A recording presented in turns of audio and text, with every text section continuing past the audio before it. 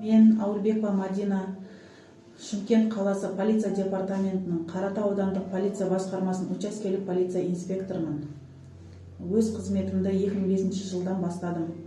2005 жылы Шымкент қаласы полиция департаменті жедел басқару орталығында 102 оператор қызметін атқардым. Қазіргі таңда Қаратау аудандық полиция басқармасының учаскелік полиция инспекторы қызметін атқарудамын.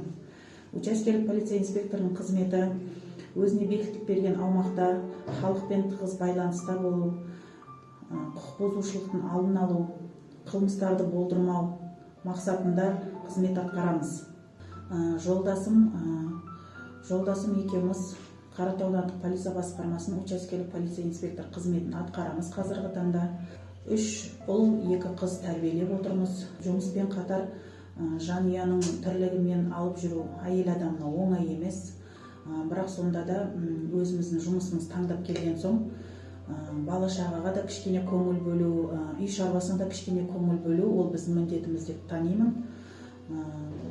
Бала шағамда бос кезінде, сәл босаған кезде үйірмелерге апару, сабақтарына мән беріп, оқыту, тәрбиесіне көңіл бөлу. Біз енді әйел адам, үйдің де адам болғаннан кейін соның бәрі осы әйел адам мойнында деп есептеймін.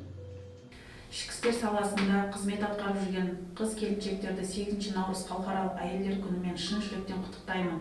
Жұмыстарыңызға табыс, жанұяларыңызға амандық тілеймін. Мынау келе жатқан қыздардың мерекесі құтты болсын.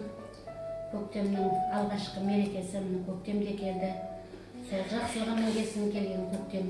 Жұбаныш пен Мадина өздерінің білгендерін салып, оқығандарын салып, жаңағы